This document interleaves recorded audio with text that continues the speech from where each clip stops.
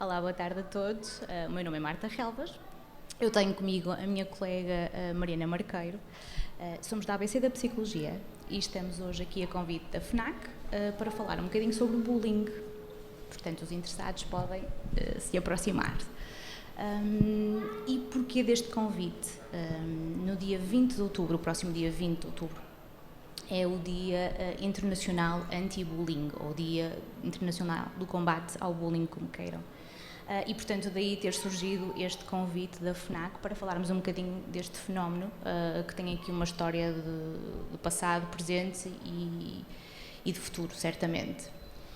E, se calhar, começando pelo princípio, não é verdade? O que é o bullying?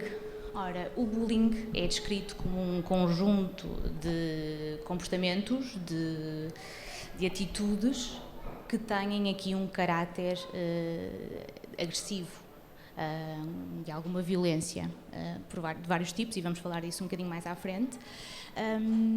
E ele tem aqui por base 3 características, nomeadamente a questão da intencionalidade, isto é, no bullying há uma intenção, há um objetivo de causar mal-estar, afetar a outra pessoa, causar o sofrimento, não é? Àquela que é designada de vítima no bullying. Para além desta intenção, existe também a frequência, isto é, o bullying é um fenómeno que se caracteriza ao longo do tempo, portanto, é um comportamento que se vai manifestando várias vezes e se prolonga por algum tempo. E depois ainda um fator muito importante é a questão do desequilíbrio do poder, isto é, portanto, entre os intervenientes, não é, aqui a vítima e o agressor, há aqui é uma relação em que há de facto aqui um desequilíbrio de poder. Poder esse, vamos ver, pode ser a questão de o bully, portanto o agressor, ser alguém que é mais velho do que a vítima, ser alguém que é mais popular que a vítima, ser alguém que de alguma forma tem algum tipo de informação que o torna com esse poder em relação à vítima. E, portanto, aqui o bullying pode ser, de facto, manifestado de várias formas, ou temos vários tipos de bullying. Mariana, que tipos de bullying existem, então? Podes partilhar. Relativamente aos tipos de bullying que existe, o bullying pode ser um bullying físico, o bullying pode ser psicológico, social, relacional, um bullying homofóbico, e, essencialmente, são esses os tipos de bullying. E o verbal? Sim, e o verbal e o cyberbullying. Portanto, são os tipos de bullying mais recorrentes hoje em dia.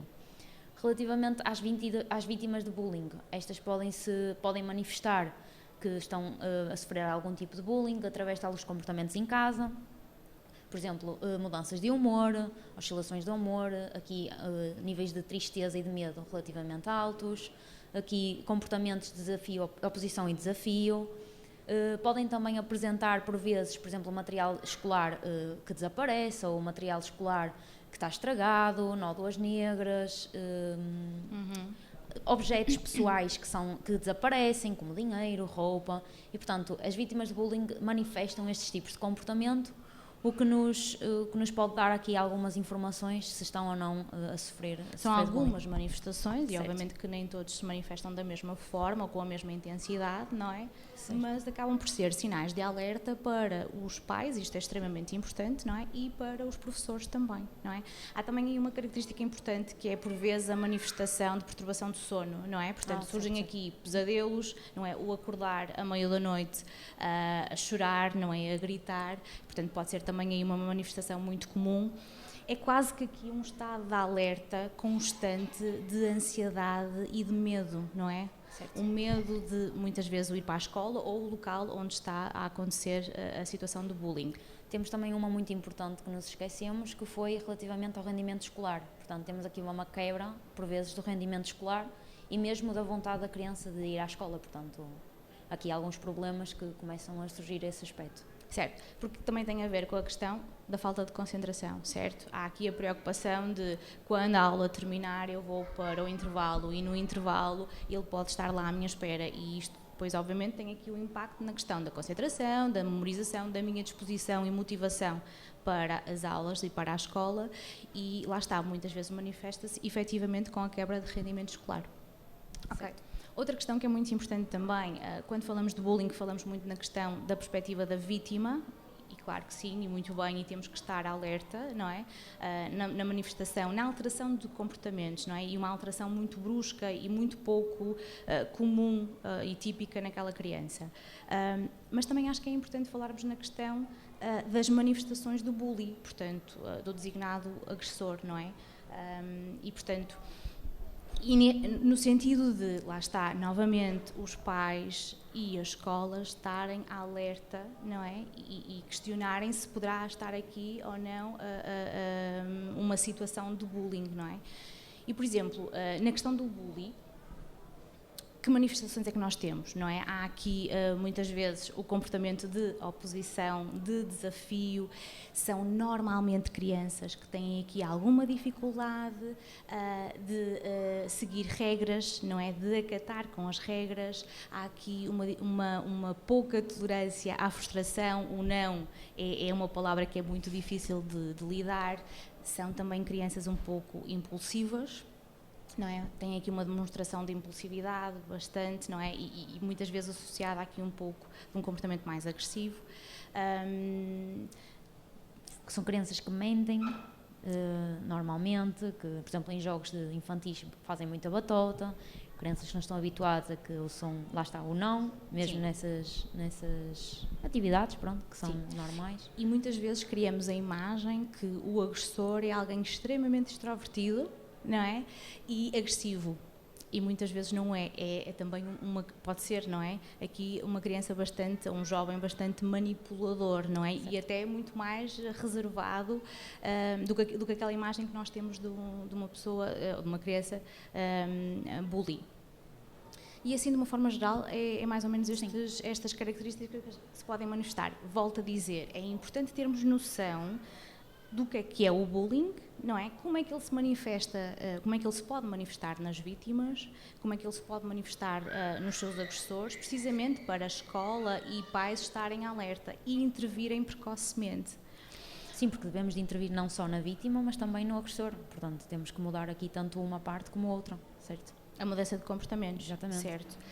Porque lá está, fala-se muito na questão das estratégias, não é? Como lidar com um bullying.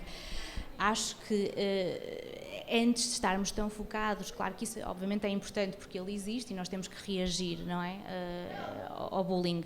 Mas o que é importante também, efetivamente, é pensarmos na questão da prevenção, não é? Como é que nós podemos trabalhar o bullying para que ele não se manifeste ou que se manifeste com uma menor intensidade, não é? E, portanto, se calhar, a nível da prevenção, onde é que nós vamos começar? Em casa. Certo? Ok? Onde é que nós queremos começar a prevenção do bullying? Em casa. Como é que nós conseguimos fazer isso?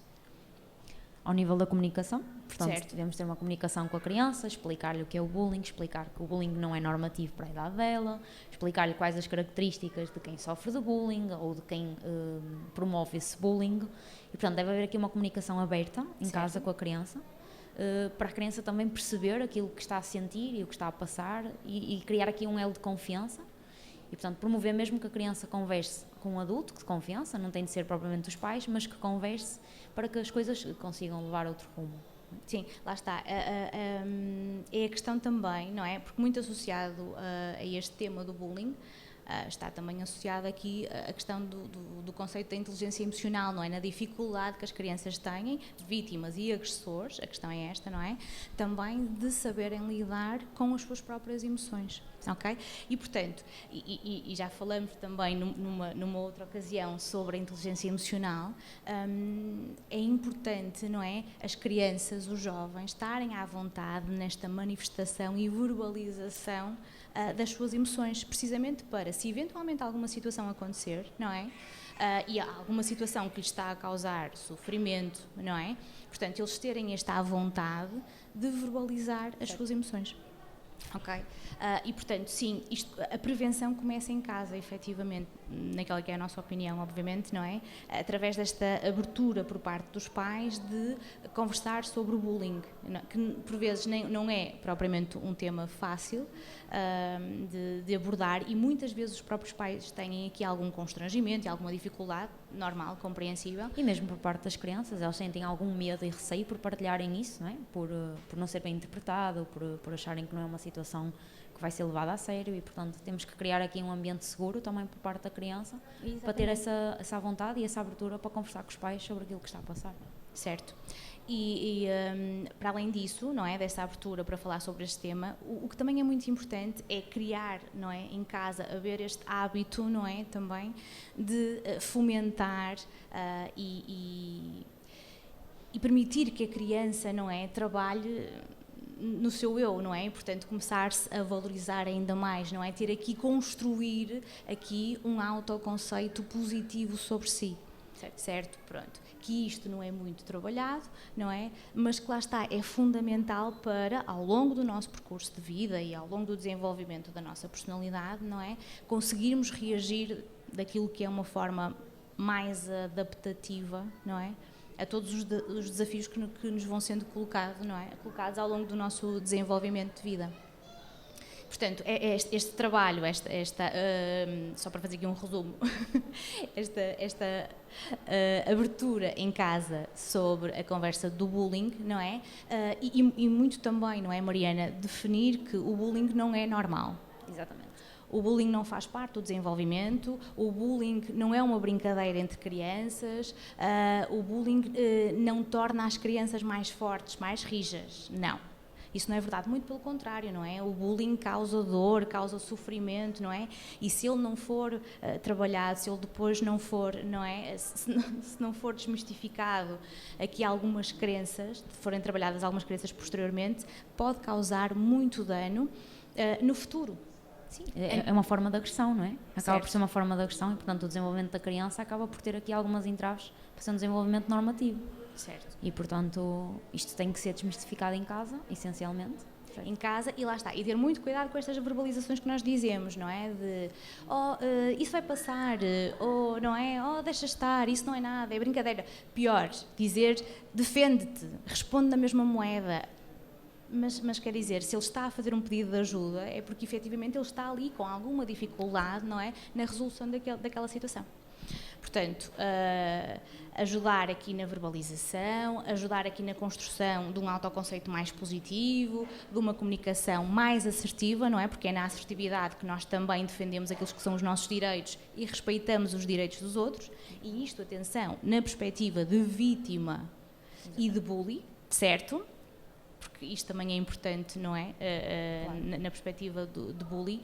Mas depois também não nos podemos esquecer que isto é um problema da sociedade, certo? E, portanto, aqui também, obviamente, os pais, os encarregados de educação têm aqui um papel importante, mas depois também a escola, ok? E como é que a escola poderá aqui ajudar a nível da prevenção? Tem que haver aqui uma abertura entre os pais, ou seja, as famílias e a escola. Portanto, acho que é uma situação em que os pais devem de comunicar à escola, devem andar em cima da situação para ver se a situação está a ser resolvida ou não está a ser resolvida, se estão a ter algumas estratégias ou não estão para resolver a situação. Portanto, a escola tem que dar aqui uma segurança também às crianças. Portanto, a escola tem que ser um lugar seguro e as crianças têm que se sentir num lugar seguro. E para isso mesmo têm que sentir que quando alguma coisa não está mal, elas são ouvidas e, portanto, que as coisas levam um rumo de melhorar e não um rumo de estagnação, não é? E, portanto, acho que deve haver aqui uma partilha por parte dos pais, uma comunicação aberta com escola e pais, e devem haver aqui algumas palestras acerca do bullying dentro das escolas. Aqui há algum programa, não é? Há algum programa certo. Aqui de intervenção e de combate ao bullying, não sim, é? E sim. Isto pode ser feito de variadíssimas formas, não só através das palestras, obviamente que são extremamente importantes, mas, e dos workshops, não é? Mas também, e principalmente através das dinâmicas, não é? E de oficinas, não é? Entre as crianças e até crianças de várias idades, precisamente para fomentar, para promover este tipo de competências, certo? Competências mais a nível relacional, não é? Competências, por exemplo, a questão da empatia, trabalhar a empatia, colaboração, a entreajuda, a solidariedade, não é? Certo. Que, lá está, são competências fundamentais, não é? lá está, para não deixar evoluir aqui as situações, possíveis situações de bullying. Portanto, há aqui um trabalho em conjunto, em cooperação, não é, entre a escola e a família, não é, os encarregados de educação, não é? E volto a dizer, e acho que isto é importante realmente deixarmos bem sublinhado, não é, esta questão de não banalizar, e principalmente se nós temos um filho que recorre a nós e que se queixa de uma situação de bullying na escola, estar a ser vítima de bullying na escola, não desvalorize, não é? Preste atenção, crie um espaço de conforto, mesmo não tendo, porque se calhar não temos, não é? Mesmo não tendo ali uma solução evidente para o problema, dizer efetivamente isso, não tem uma solução para o problema, mas em conjunto. Sim. E dar segurança à criança, portanto, promover mesmo que a criança valorizar a criança e, portanto, torná-la mais forte e fazer com que ela perceba que vai conseguir superar também a situação, nunca desvalorizando aquilo que está a passar. Certo. E, portanto, tentarmos aqui e arranjar uma solução, mas sempre com o apoio constante à criança. Portanto, nunca esquecendo daquilo que está a acontecer, que acaba por ter impacto no desenvolvimento desta, não é? Lógico. Quer seja a curto, médio e longo prazo, não é? O impacto que isto vai ter na vida desta criança e depois num futuro adulto que ele irá ser certamente. Portanto, valorizar, não é? Apoiar, mostrar conforto e atenção a este pedido que é feito, quer seja um pai, quer seja, por exemplo, um professor, ou um colega, ou um amigo também, não é? Porque muitas vezes aquela pessoa de maior confiança é um amigo e, portanto, valorizar aquele pedido e cuidar, não é? Portanto, não deixar só, porque a situação em si é assustadora e se há aqui um pedido de ajuda é porque há aqui alguma dificuldade em gerir esta situação. Ok? E, portanto, acho que são assim estas questões mais importantes que queríamos falar aqui hoje.